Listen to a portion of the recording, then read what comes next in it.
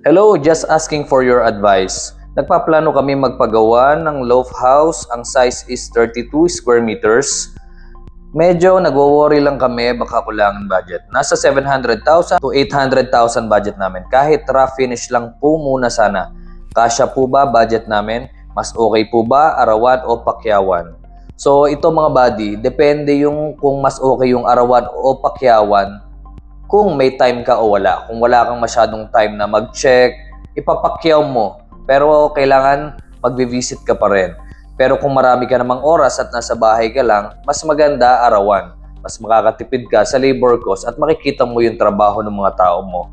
Then regarding naman sa budget nyo na 700,000 to 800,000, tingin ko kakasya na sa loft type. Pero syempre, depende pa rin ito kung ano yung nasa plano. Kasi may mga loft type na mga tubular lang, then papatungan mo lang ng fiber cement board.